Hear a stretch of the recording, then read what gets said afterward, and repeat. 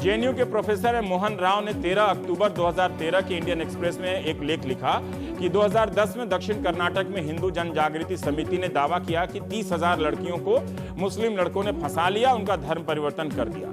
इस मामले ने तूल पकड़ा तो कर्नाटक पुलिस ने 2010 के 404 केस का पता किया तो पाया कि 332 लड़कियां हिंदू लड़कों के साथ ही भागी थी। कर्नाटक पुलिस को लव जिहाद का कोई प्रमाण नहीं मिला, जबकि उस वक्त कर्नाटक में बीजेपी की ही सरकार थी। क्या हम या आप ऐसी बातों को पूरी तरह स्वीकार करने से पहले सभी पक्षों को ठीक से परखते हैं? वैसे मामलों को आप किस जिहाद का नाम देंगे जिसमें किसी मुस्लिम लड़की ने हिंदू लड़की से प्रेम किया या शादी की? संख्या और लड़की को केंद्र में रखकर यह बहस जरूर भावुक कर देती होगी। यह भी सही हो सकता है कि कई मामलों में धर्म परिवर्तन होता है, पर वो अपराध कानून से तय होगा या खाप में बदलते कुछ संगठनों से। 2012 में केरल के कांग्रेसी मुख्यमंत्री उमन चांडी ने विधानसभा में कहा था कि 2006 से 12 के बीच 2,500 लड़कियों ने इस्लाम कबूल किया, मगर इनमें से कोई भी जबरन धर्म परिवर्तन का मामला नहीं है। केरल में तो ईसाई और हिंदू संगठन एक हो गए इस मुस्लिम संगठनों के खिलाफ, मगर आगरा में दोनों एक दूसरे के खिलाफ थे। एक चर्च में जाकर हवन तक कर डाला और ईसाई बने कुछ लोगों को हिंदू बना डाला। अंबेडकर ने तो हिंदू धर्म छोड़कर बौद्ध धर्म स्वीकार कर लिया था। बीजेपी के ही सांसद हैं उदित राज, जिन्होंने हिंदू धर्म छोड़कर बौद्ध धर्म स्वीकार कर लिया था। पर ऐसे उदाहरणों से हम हासिल क्या करते हैं? लव जिहाद के बहाने कहीं लड़कियों के कैरियर की तरह अपना पति या प्रेमी चुनने की आजादी जो उनको मिली हुई है उस पर हमला तो नहीं हो रहा? ये एक छोटा सा सवाल है। आज की यंग लड़कियां अगर इसको जायज माने तो बहस में हिस्सा ले सकती हैं। प्राइम टाइम शुरुआत करते हैं। देवेश उपाध्याय जी हमारे साथ विहिप के नेता हैं। प्रभात झा जी बीजेपी के वरिष्ठ नेता हैं। प्रोफेसर चारू गुप्ता दिल्ली विश्वविद्यालय से, उन्होंने आपने इंडियन एक्सप्रेस में अभी लेख भी लिखा। प्रोफेसर अपूर्वानंद हैं, राजनीतिक विश्लेषक हैं, आप भी दिल्ली विश्वविद्यालय से हैं। देवेश भाई, आप पहली बार हैं, आपका स्वागत है, आदरणीय हैं आप। मुझे एक बात बताइए कि जो भी आप कहते हैं कि लव जिहाद है, मुस्लिम लड़के फंसा लेते हैं, हम ये मानने में मेरे पास कोई तथ्य नहीं है आपकी तरफ। हो सकता है कई मामलों में सही हुए होंगे। ये आधार क्या है? किस आधार पर कहते हैं कि ये इस तरह से एक साजिश के तहत हो रहा है? अगर साजिश के तहत हो रहा है तो लड़का लड़की वो पीछे से भी बहुत सारी चीजें होंगी। क्या आधार है इसके कहने का? मैं आपके सामने निवेदन करूं कि लव का जहां विषय है, आज का जो विषय है वो लव जिहाद है। और जहां जिहाद शब्द की हमने कई प्रकार से परिभाषा कर ली, लेकिन वर्तमान परिप्रेक्ष्य में जब जिहाद की बात करते हैं तो ऐसा लगता है जैसे कोई युद्ध जैसा है। तो लव जिहाद में अगर लव है तो वहां धर्मांतरण नहीं होगा। लव है अगर तो धर्मांतरण नहीं होगा, और अगर वहां धर्मांतरण है तो वहां लव नहीं होगा। ये आपने तय किया है? मैंने नहीं तय किया। ये जो लव हो रहा, किसी हिंदू लड़की ने किसी मुस्लिम लड़के से प्यार कर लिया, जैसे हजारों उदाहरण हैं। हाँ। और इस्लाम धर्म कबूल कर लिया। जैसे कोई झा जी की बेटी जब पांडे जी के यहाँ जाती है तो अपना टाइटल छोड़ के पांडे हो जाती है, ठीक है, तो टाइटल बदल जाता है, जाति धर्म नहीं बदलता, दोनों अलग। लेकिन लड़कियों का कुछ तो चला जाता है गांव घर के नाम। ये जाति नहीं बदलती है, कुल। हाँ, कुल और कुल वंश। तो इसको एक लड़की के दूसरे यूपी में घुस के क्यों कर रहे हैं? ये आप फिर तो दिल्ली में कीजिए, बंबई में भी कीजिए। फिर पूरी बात कह दो, एक लड़की का कुल बदलने के बाद उसका पूरा वंश से संबंध समाप्त हो जाता है। ये तो और वो लड़की जो पांडे है, ही जो अंतर जातीय विवाह करते हैं उसमें भी बहुत सारे परिवार ऐसे प्रेम करने वालों से संबंध तोड़ लेते हैं, तो वो खुलकर टूट जाता है। मुझे एक बात बताइए, समझना चाहिए, हमारे दर्शक को समझना चाहिए कि ये क्या बवाल है ना? आप कैसे तय करते हैं कि अगर किसी ने शादी किया तो क्या आप घुस के कहते हैं कि धर्म परिवर्तन हुआ है? और ये आप अगर ये कहते हैं कि लड़की ने धर्म परिवर्तन किया, वो अदालत में गई होगी, धर्म परिवर्तन किया होगा उसने, कानून तो यही कहता है कि दो बालिग अगर कोर्ट में आए तो अपनी स्वेच्छा से शादी कर सकते हैं, जिससे भी करना चाहें, और धर्म भी परिवर्तन कर सकते हैं। जबरन एक अपराध है ना? आप कैसे तय करते हैं कि यहाँ जबरन हुआ? हाँ, वर्तमान में एक विषय आया तारा शाहदेव का। ये विश्व हिंदू परिषद नहीं है, कोई हिंदू संगठन नहीं है। एक विषय आया ना? एक विषय नहीं है। मैं दूसरा विषय कह रहा हूँ। अभी पिछले दिनों खरकोदा की घटना हुई, उससे पहले मुजफ्फरनगर की कवाल की घटना हुई, पवसरा की घटना हुई। ऐसे उत्तर प्रदेश के अंदर, जैसा अभी आपने रिपोर्ट किया, 2012 तक 8,000 लड़कियां केवल ये कहां से गिना आपने? नहीं, ये तो सरकारी आंकड़े हैं। 8,000 लड़कियों का अपहरण हुआ? नहीं, 8,000 लड़कियों को बहला फुसलाकर समाज के बीच में से ले जाया गया है। इसकी FIR दर्ज है थानों में। मैं नहीं कह तो रहा जो एफआईआर दर्ज होते हैं तो उसमें 1000 कारण उसमें बता दिया जाता है कि हमारी लड़की को, उसमें आप जेन्युइनली आप जाएं तो उसमें कहते हैं हमारी लड़की को लेकर भाग गया। यही मैं निवेदन करूंगा। अभी केरला हाई कोर्ट के अंदर जब ये विषय उठा तो माननीय जस्टिस शंकरन ने जब विषय रखा तो उन्होंने कहा जो मेरे पास पुलिस के जो टॉप ऑफिशियल्स की रिपोर्ट आई है, उन 18 रिपोर्टों में से 14 रिपोर्ट वह अपने आप में ही विरोधाभासी है, और उसमें से एक रिपोर्ट ये स्वीकार करती है कि केरला के अंदर इस प्रकार के ग्रुप्स वो संगठन बनाकर इस प्रकार कन्वर्जन करा रहे हैं। ये टॉप पुलिस ऑफिशियल्स की रिपोर्ट के आधार पर कन्वर्जन तो ऐसे भी बहुत लोग करते होंगे, है ना, बहुत लोग करते हैं। जैसे आगरा में आप भी करवा लिए जबरन, उसी के लिए हम लड़ाई लड़ रहे हैं। कोई स्वेच्छा से चला गया, उसको आपने जबरन बता के आप जबरन ले आए, विषय नहीं है, बहुत सारे उदाहरण हमारे पास ले आए आप उसको। मैं इसमें जानना चाहता हूं कि कहां से ये बात कहां से आई कि कोई ये व्यवहारिक है क्या कि कोई माँ बाप कहेगा कि ठीक है तुम जाओ जीन्स पहन लो और बाइक पहन लो तो लड़की फंस जाएगी उसमें। देखिए अभी केरला जो लड़की प्रेम करेगी वो फंसी हुई। मैं बताता हूँ तो थोड़ा तो हम इतना युवा कहते हैं, उन लड़कियों के विवेक पर हमें भी थोड़ा। शाहिना और आयशा बानो, हाँ, 2 लड़कियां पकड़ी गई। एक या 2 उदाहरण मत दीजिए, है ना, एक या 2 उदाहरण तो मैं तो बिना परखे उसको स्वीकार करने के लिए तैयार हूं। 2 लड़कियों का पकड़ना और एनआईए के द्वारा, यानी हमारी संस्था नहीं है, वो एनआईए बहुत लोगों को पकड़ के बाद में छोड़ भी देती है, लेकिन इस समय की जो स्थिति है उन्होंने पकड़ने पे ही आप इतना बवाल क्यों करते हैं, मुझे ये बताइए। देखिए जो चीज सामने आएगी, अभी आप जो टेलीविजन चलाते हैं वो जो सामने होता है उतना चलाते हैं, जैसे विषय समाप्त होता है आप उस विषय को यही पूछने के लिए चला रहे हैं। तो हम ये कह रहे हैं जो तारा शाहदेव का विषय आया है, उस शाहदेव के विषय उसमें तो नहीं साबित हुआ ना, आप जब तक वो उसका पता चला है, अभी तक पूरी तरह से वो सत्यापित नहीं हुआ, लेकिन आपने रांची जैसा शहर बंद कर दिया है। लेकिन आप 10 उदाहरण दे रहे हैं, 12 उदाहरण दे रहे हैं, 15 उदाहरण दे रहे हैं जी, ये उपयुक्त है क्या कि इस तरह से उसको राजनीतिक निवेदन कर दूं, विनम्र निवेदन कर दूं, हम पिछले अनेक वर्षों से इस देश के अंदर आतंकवाद को झेल रहे हैं, और हमने सारे एविडेंस, आप थोड़ी झेल रहे हैं, सब कोई झेल रहा है, हम मतलब पूरा देश, ये देश आतंकवाद को झेल रहा है, और हमने इसके आतंकवाद की अनेक साक्ष्य इकट्ठे करके पाकिस्तान को और अमेरिका को भेजे हैं कि पाकिस्तान ये सब कुछ हमारे यहाँ भेज रहा है। लेकिन आज तक क्या पाकिस्तान ने स्वीकार किया कि नहीं किया? तो उसको शपथ ग्रहण में बुलाते हैं ना, हम बुलाते हैं कि नहीं बुलाते हैं उसको शपथ बुला रहे हैं, वो उनका प्रश्न है, उनसे पूछा जाएगा। तो आप पूछिए ना, आप जब समाज में चले जाते हैं तो आप देखिए एक बेसिक बात, यहां वहां नहीं जाते हैं। मुझे ये बताइए कि आप कैसे तय करते हैं कि ये लव जिहाद है? इसने कोई धर्म परिवर्तन कराया होगा, 2 लोग हैं, अगर लड़की ने अपनी मर्जी से कर लिया, वहां आप घुस जाएंगे, है ना, तो परिवार वाला भी सोचेगा, बहुत लोग दबा के रखता है, जब आप घुस जाएंगे तो आप भी कहेगा हाँ जी ऐसा करके हो गया। तब हम नहीं बताएंगे इस बात को, ये तो वो लड़की ही बताएगी।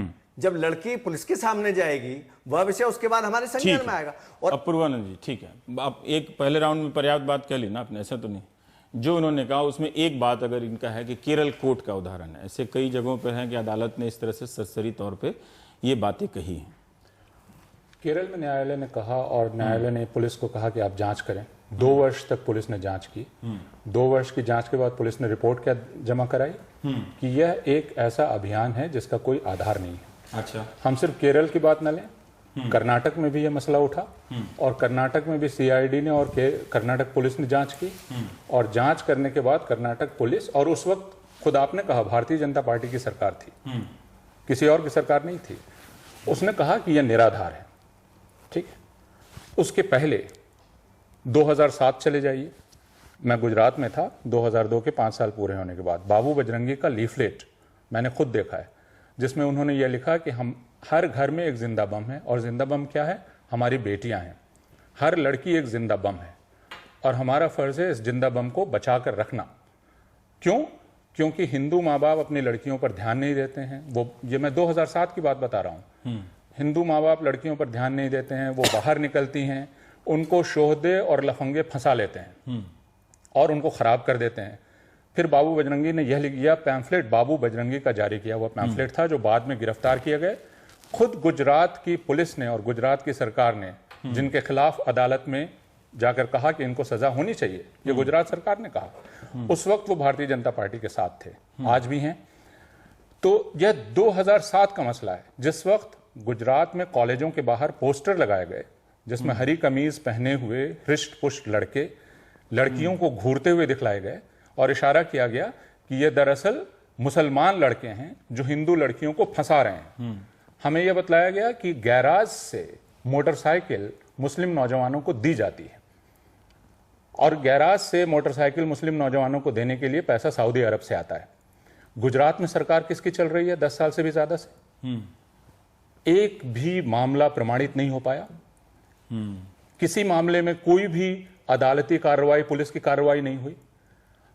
ना तो कर्नाटक, ना केरल, ना गुजरात, और मैं 2007 से शुरू कर रहा हूं, 2009 से नहीं।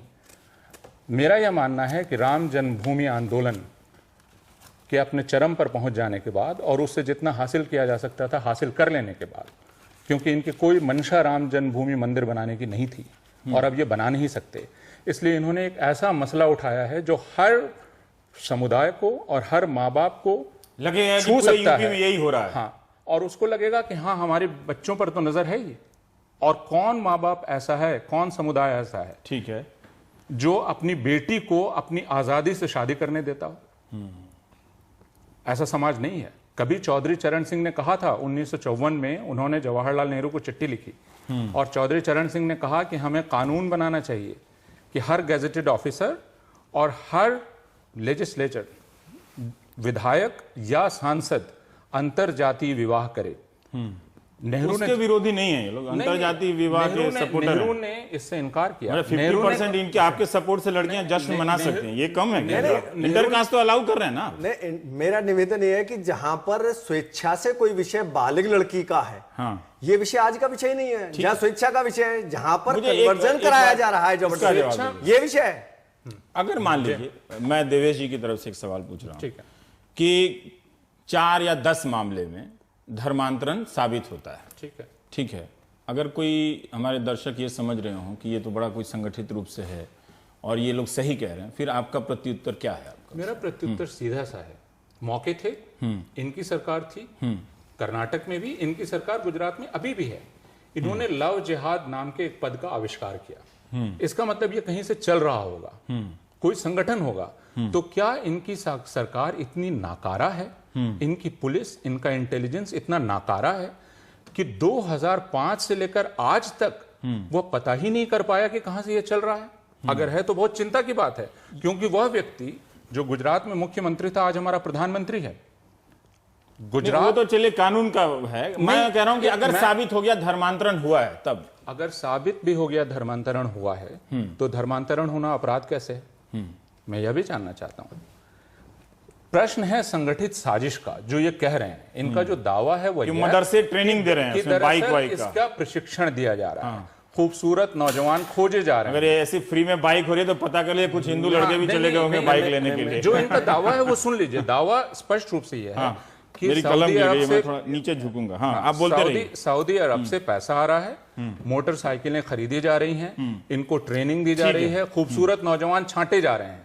मेरा कहना है ये बहुत गंभीर मसला है और इसकी जांच होनी चाहिए थी, आज तक नहीं हो पाई। इससे मैं यही समझ रहा हूं कि यह अफवाह है, ठीक है, झूठ है, और इस अफवाह को बनाए रखने में इनकी दिलचस्पी है। प्रभात जी, मैं योगी आदित्यनाथ के बयान का जिक्र नहीं करना चाहूंगा, हालांकि उस बयान से इतना तो साबित हो ही रहा है कि आप लोग उसका राजनीतिक इस्तेमाल कर रहे हैं।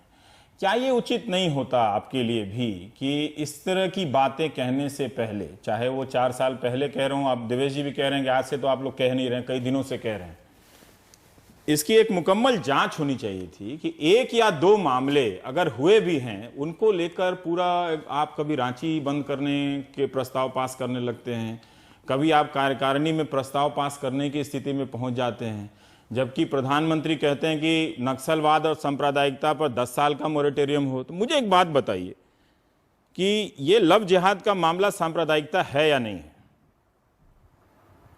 सबसे पहले मैं कहना चाहता हूं रवीश जी, इसकी देखने का नजरिया बदलिए। बदल लेते हैं। ये भारत के महिलाओं का, लड़कियों का अपमान करने का अधिकार किसी को नहीं है, चाहे वो हिंदू हो चाहे वो मुस्लिम हो। सवाल यहां यह है कि स्वेच्छा से अगर कोई चीज होती है तो कोई उसमें कहीं पर कोई बात नहीं आती है। मेरे मित्र सरकार की बात कर रहे थे, इसका राजनीतिकरण करना ही, चाहे पक्ष करे विपक्ष करे कोई करे, यह ठीक नहीं है। पहले तो लेकिन प्रभात जी पहले तो आप ही लोग कर रहे हैं। नहीं, अपनी बात पूरी कीजिए। नहीं, गलत है एकदम। कोई नहीं कर रहा है, कर रहा है परिस्थितियां। आखिर क्या कोई अपनी बेटी को किसी मुस्लिम के हाथ में देकर इतनी बड़ी बदनामी और लव जिहाद के नाम से कोई प्रोपेगेंडा करेगा? क्या राजनीति का स्तर आपने ये समझ लिया है कि इतना नीचा चला गया है? मुझे दुख होता है कि कोई भी व्यक्ति अगर कोई नहीं, सुनिए पूरी बात सुनिए। कोई भी मित्र मेरे जो आपके पैनल में बैठे हैं वो बार बार कह रहे थे कर्नाटक में उनकी सरकार है, गुजरात में उनकी सरकार है। मैं उनको कहना चाहता हूं जरा वो सुने। लव जिहाद को लेकर केरल के तत्कालीन मार्क्सवादी मुख्यमंत्री वीएस अच्युतानंद ने सार्वजनिक तौर पर कहा था कि समूचे केरल के इस्लामीकरण की साजिश चल रही है और मैं इससे बहुत चिंतित हूं। वो मेरी पार्टी के नहीं है। केरल कर्नाटक में न्यायालय में ये मामले चल रहे हैं। हर साल कितने कितने लोग हो रहे हैं। सवाल क्या है, इसकी संवेदनशीलता को समझना चाहिए। इसका राजनीतिकरण नहीं करना चाहिए। अगर कोई स्वेच्छा से विवाह होता है रवीश जी, हमें कोई कहीं दिक्कत नहीं है, लेकिन कोई नाम बदलकर, कोई साजिश करके फिर उसके बाद कहता है धर्मांतरण करो कि लड़की की जिंदगी खराब होती है। मैं ये जानना चाहता हूं, एक राजनीतिक दल के तौर पे तो फिर आपको मैनिफेस्टो में लिखना चाहिए था कि हम सरकार में आएंगे तो प्रेम करने की शर्तें बताएंगे कि कैसे कैसे करना चाहिए। नहीं, अगर आप शादी कर रहे हैं, आप ये गलत कह रहे हैं। हम आपसे सहमत नहीं है, प्रेम करे लेकिन प्रेम में साजिश न करे। प्रेम कैसे तय होगा कि साजिश है? साजिश का नाम नहीं है। तो फिर ये आप तय करेंगे ना? क्या ये बात हास्यास्पद नहीं लगती है? मई, जुलाई, अगस्त में 4 घटनाएं ऐसी हुई हैं जो 4 ही किनारे इतने बड़े देश में। मैं तो कह रहा हूं कि आपके ही एक सांसद है जिन्होंने धर्म परिवर्तन कर लिया था। आपके ही एक सांसद है जिन्होंने धर्म परिवर्तन कर लिया था और अकेला नहीं किया था, बहुत बड़े लोग, बहुत बड़ी संख्या में लोगों के साथ किया था। मैं फिर कह रहा हूं आपसे, उसको अन्य मामलों से मत जोड़िए। फिर मेरा सीधा सवाल आपसे भी है, क्या आप बताइए, 4 लोगों से विवाह हो, किसी की कोई दिक्कत नहीं है। कोई 2 बालिक लड़के लड़की किसी भी जाति संप्रदाय धर्म के हो, हमारा कोई लेना देना नहीं है। लेकिन फुसलाकर, बहलाकर, अगर उसको मुस्लिम के नाते, हिंदू के नाते अगर उसके साथ जबरिया धर्मांतरण होता है, प्रभात जी, मैं इसको पलट के आपसे पूछता हूं, हम इसको गलत मानते हैं। प्रभात जी, मुझे एक बात बताइएगा कि अगर कोई हिंदू लड़का किसी मुस्लिम लड़की को फुसला ले तो यह भी गलत है, एकदम सरासर गलत है। अब फिर मुझे ये बताइए कि ये फुसलाना या बहकाना कैसे तय होगा? नहीं प्रभात जी, मुझे बताइए कि 2 लोगों के संबंध में 2 हिंदू लड़के लड़कियां भी हों तो भी ये मुमकिन है कि कोई खटपट हो जाए, जैसे आपके रेल मंत्री के बेटे के साथ हुआ। 2 लोगों के संबंध में कोई अगर आरोप लगा दे कि बलात्कार हुआ है या धमकाया है, फुसलाया है, तो इसको हम धर्म का मामला बना दें कि हिंदू लड़के ऐसे ही होते हैं। आप इसका मतलब है कि आप संवेदनशीलता नहीं समझ रहे हैं या समझने के बाद भी बहस कर रहे हैं। रवीश जी, मेरा सिर्फ निवेदन है कि स्वेच्छा से कोई धर्म हो, कोई जात हो, मुझे कोई लेना देना नहीं, हमें नहीं, देश को भी कोई लेना देना नहीं, ये बहस का मुद्दा ही नहीं होगा। लेकिन अगर कोई फुसलाकर, बहलाकर कोई भी धर्म करे, हिंदू की लड़की हो, मुस्लिम की लड़की हो, हिंदू लड़का हो, मुस्लिम लड़का हो, हम इसको गुनाह मानते हैं, गलत मानते हैं और इसका विरोध करते हैं कि जिंदगी के साथ उसका कोई भी लड़की हो, मुस्लिम हो, हिंदू हो, उसके साथ खिलवाड़ करने का अधिकार किसी को नहीं है। इनके जवाब में चारू जी, मैं आपके पास में, प्रभात जी एक मुख्य बात कह रहे हैं बार बार कि संवेदनशीलता को नहीं समझ रहे हैं, और बेटी वाली बात उन्होंने काफी जोर से कही। कोर्ट वाला कह दो, अपूर्वानंद जी बाद में उसका जवाब दे देंगे। ये इतना संवेदनशील मुद्दा क्यों, उसकी तरफ उसकी राजनीतिक ऐतिहासिकता इसकी क्या है? मुझे लगता है कि पूरे लव जिहाद आंदोलन में हिंदू महिला या महिलाओं की सुरक्षा के नाम पर असल में उनकी यौनिकता, उनकी इच्छा, उनकी स्वायत्ता को नियंत्रित करने का ये एक प्रयास है।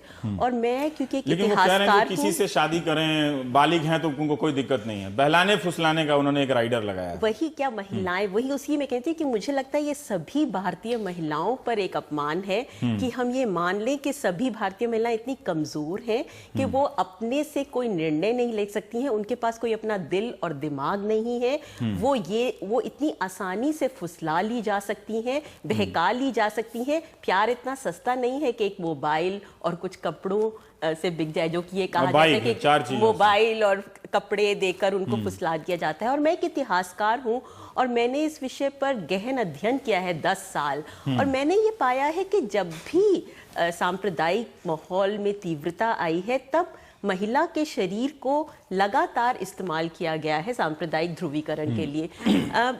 जैसे गौरक्षा का मुद्दा है, अब उसमें कई हो सकता है कई दलित जातियां हो वो उतनी जुड़ नहीं पाए हिंदू सामूहिकता के साथ, तो महिला का एक ऐसा सवाल होता है जिससे लगता है कि सबको जोड़कर साथ लिया जा सकता है।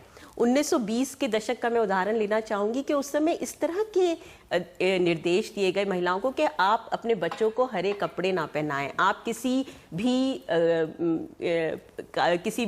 ग्रेव पर नहीं जाएं, किसी भी पूजने के लिए नहीं जाएं या मज़ार पे नहीं जाएं, या इस तरह से उनको इतनी डिटेल्ड इंस्ट्रक्शंस थी, आप किसी मौलवी के पास अपने बच्चे को नहीं भेजिएगा, आप कभी भी मुहर्रम में हिस्सा नहीं लीजिएगा।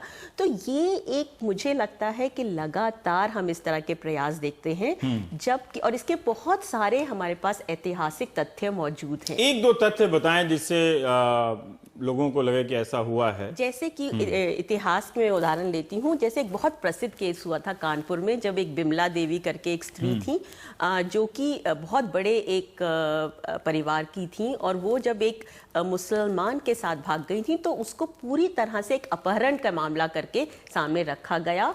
कोर्ट में ये कहा गया कि जबकि वो खुद स्वायत्ता से यहाँ पे गई थी और उन्होंने विवाह किया था, तो ऐसे कई मामले पुलिस रिपोर्ट्स में और सीआईडी की रिपोर्ट्स में हमें मिलते हैं, जहाँ और विशेष तौर पर जो महिलाएं हाशिए पर थीं, जैसे कि विधवाएं, जैसे कि दलित स्त्रियां, जैसे कि कुछ वैश्याएं भी, उन्होंने कई बार जो है वो धर्मांतरण भी किया और उन्होंने सहवास किया और उन्होंने किसी दूसरे धर्म के व्यक्ति से शादी भी की।